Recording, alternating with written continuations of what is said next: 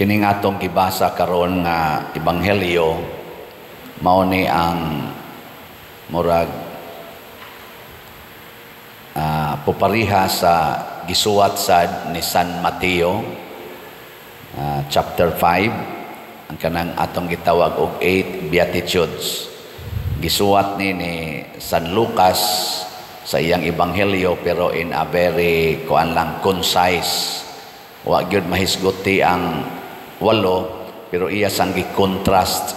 Si Mateo wa may contrast, kani si Lucas na siya contrast. Unsa may iyang giingon? Ingon siya, bulahan kamong mga kabus pero alaot kamong mga dato. Bulahan kamo nga karon naghilak o gigutom, kay magkatawa unya mo unya busog mo kanunay, pero alaot kamong mga nagkatawa karon, kay maghilak mo kanunay. Alaot sad mo mga busog karon, kay saman gutomon mo kanunay. Nya bulahan mo kung kamo daog-daogon, lutoson, og nganlan, og mga dautan. Pero alaot sad mong mga giday karon, kamong mga kanunay gipasidunggan, kay pariha sad mo sa mga mini nga propeta. Lingiay mong tupad ingna unsa man karon, bulahan o alaot? Bulahan karon o alaot? Pasabot, og ikaw sigihan kag libak sa imong silingan, unsa may imong hunahuna-hunaon sugod karon? Bulahan ko kay gilibak. Kung ikaw gidaig kag maayo, sigihan jud kag daig, ingna ayay na miligro ko. O, di ba? Kung sigihan kag kulatas imong bana, unsa may imong isulti? Bulahan ko. Kung gisigihan kag higugmas imong bana, unya ikaw mo igasigi yaw-yaw niya, siya sigig sunod nimo, ikaw sige kag yaw-yaw, sige siyag sunod nimo, di gyud mo supak, unsa may mo isulti? Ayay, namiligro ko ani. Di ba? Sigihan kag supak-supak sa imong anak, unsa may mo isulti? Nganlan pa kas imong anak og way buot, nganlan pa kas imong anak og bugo, unsa may mo isulti? Salamat Lord, bulahan ko ani.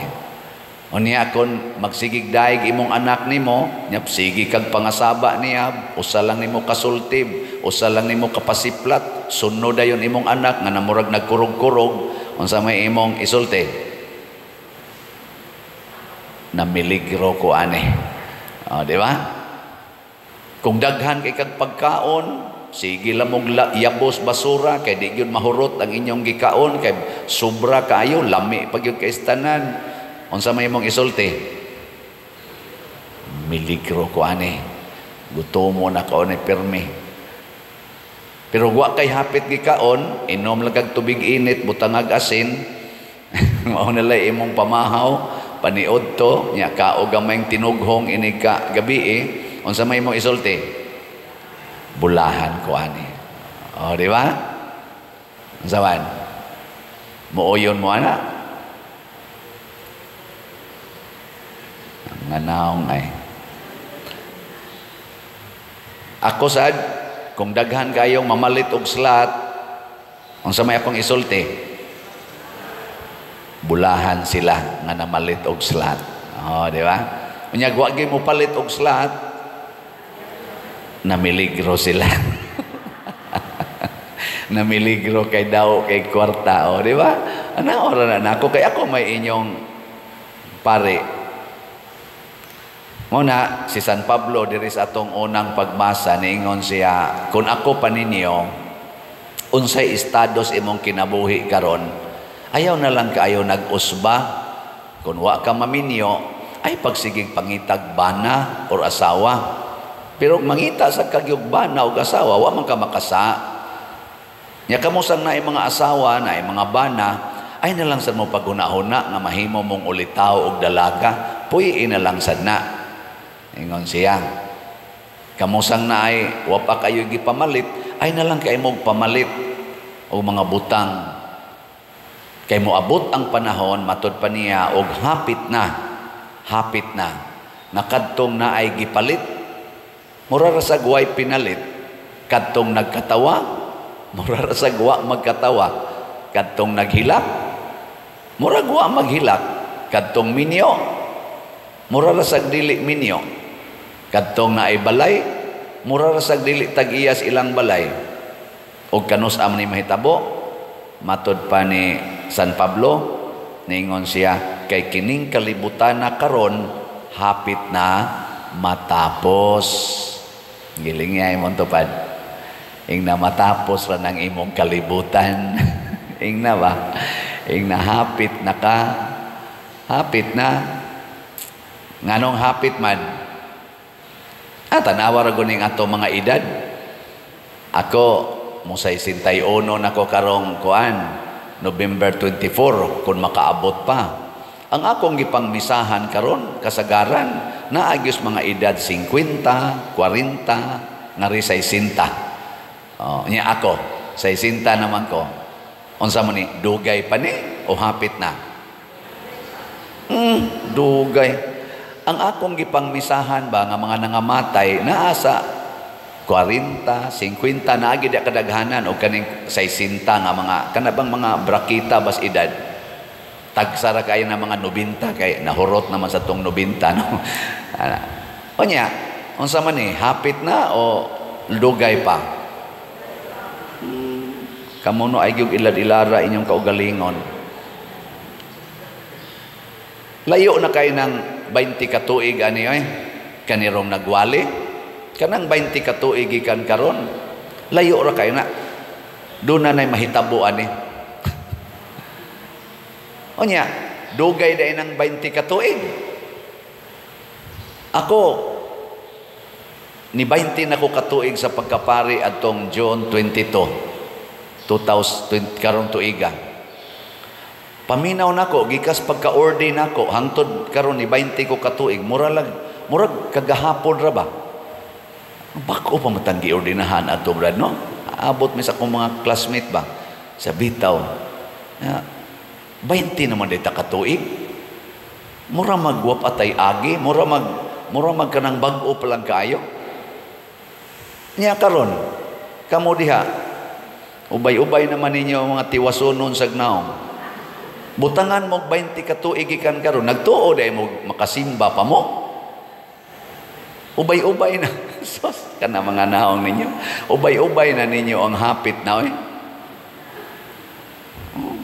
Nya karon kay miubos magmaayo ang kanabitang patay sa edad tungod sa atong gipangkaon kuno og sa ato bitang environment nga polluted na kaayo o kaning atong lifestyle karon nga hapit din at katug kay saba kayong palibot unya og di sad magsaba sige sa kagtan-aw ng cellphone dugay na kay kakatug. So ang atong resting o ang atong kaning activity murag kuan na kayo nag-introduce gyud ba og mga sakit unsa may resulta ang mga 30 ang edad karon 20 ang edad wa na nagdialysis ng uban ang uban nag-maintain na og kaning paras cholesterol, paras high blood, ang uban gani di nakakita, baga na kay kuan mga teenager pa lang kay nangadaot na ang lawas tungod aning lifestyle.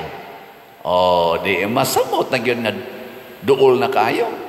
Nya punan pa aning climate change nga mokalitlag baha nya lunop dayon di ra bagid lunop nga tagatuhod lapaw tao mo nang daghang yung nangamatay nya niya paning ni ang kanirong gubat sige yung gubat ana pertin daghana sang patay ana ni apagining mga sakit nga manggawas pre atong COVID-19 ni ana sa nirong impas na kita ani ana daghan kay mga sakit karong manggawas nga murag mukalit lang ba nya patay ra ba gyud kana lain na sana unsa man magdugay pa katani hapit na Pero ay kabalaka kay tuwa may giandam nga lugar nga dili matapos. Gaandam ang Ginoo og lugar nga dili matapos. Ang atong hari nga mao si Kristo, the King of Kings and the Lord of Lords, nag-andam og gingharian.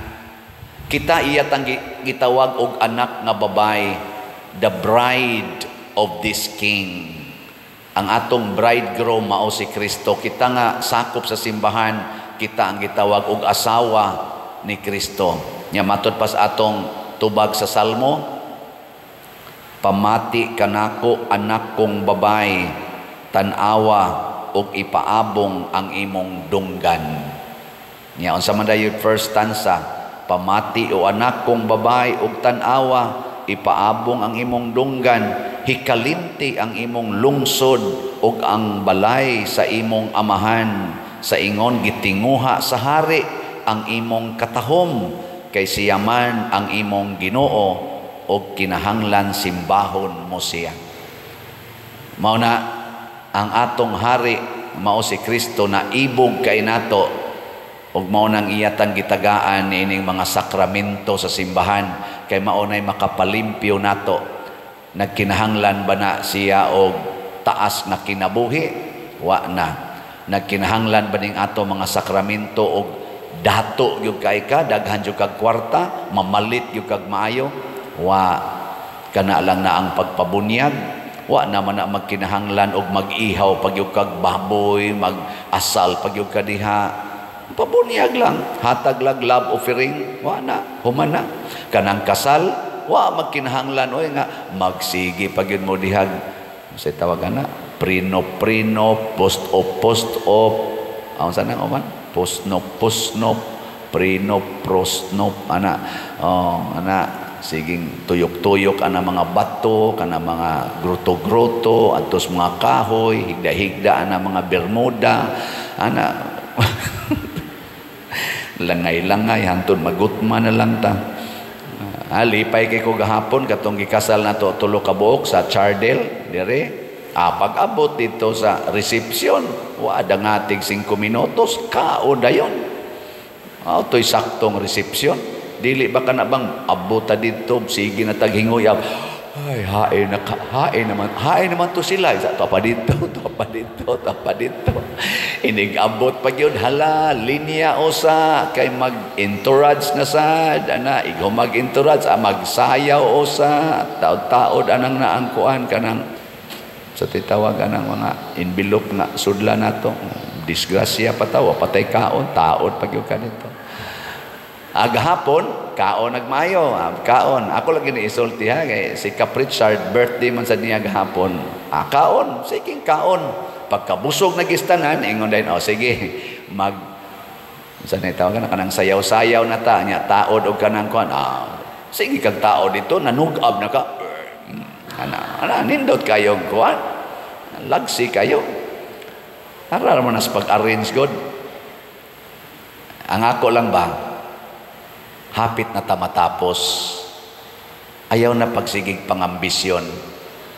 Kay kung mamatay na ta, ang atong katawa mahunong na, ang atong hilak mahunong na, kanang atong balay ato na ng biyaan, kanang imong mga pinalit dili na ikay tag-iyaan na, kanang yuta nga imong pinalit, kanang sakyanan nga imong pinalit, kanang mga gadgets nga imong pinalit, inighunong sa imong ginhawa, di na ikay tag-iyaan na.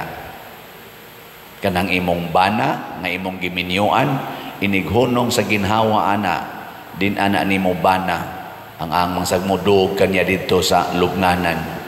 Imo magin siyang iksahag bato, sige, pahuway sa dayo. Kamong mga bana, kanang imong asawa nga pinangga kay nimo, inig kamatay ana, ighunong sa ginhawa ana, di na jud kaniya bana, pwede na ka mangitaglain. Ana, akong pari, inyo kong angkon-angkonon nga inyong parish priest, dinhi, oy, inig kamatay na ko karong gabi, din ajud ko parish priest. Biyaan ko gining parokyaha. Kanang kolekta nato dinhi, as apil na mga slat-slat, di na gid na ako. Awa man sana nako ang kuna. No? Hasta ning atong kolekta, awa man sana nako ang kuna. Ang ako ra jong giangkon nga ako pari ko sa Ginoo. Kining akong pagkapari padayon gid ni hangtod sa katapusan ug way katapusan. Kamusad, kita sad, in general, anak kita sa Ginoo, dili ta mosunod anang yawa. Kanang pagkambisyon nga madato ta, yawanon. Kanang attachment nato sa mga tao o sa mga kalipay aning kalibutana, yawanona. Mauna, bulahan ang mga kabos.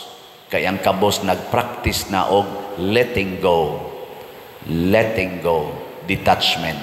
Bulahan kamong gidaog-daog, kay kanang gidaog-daog, nag-practice na og letting go of honor and power din his kalibutan. Kay kanang mga honorable, kanang mga powerful, kanang mga rich, wealthy people sa kalibutan, kasagaran ana mga ulipon sa yawa. Kay kining mga butang sa kalibutan, labi na gid ang paghigugma nato niini. Matod pang San Pablo ug matod sad ni Hesus, mao ginay tuburan sa tanang yawa. Gilinga imong tupad. Lingi ba? Ing na maayo gyud nga slat lay atong paliton. Ing na maayo gyud nga slat lang gyud atong paliton kay moabot kinis langit. Kay kun mga gadgets, mga pagkaon, mga sakyanan, mga butang ato ra maning biyaan. Nya di man mo count dito sa langit. Ang mo count kanang imong gipamalit nga mapuslan sa imong isig katao. Labi na gyud kun ang imong gipamalit ug ang imong gigastuhan sa imong kwarta ug sa imong kahago makapaayo, makapalambo sa simbahan sa Dios.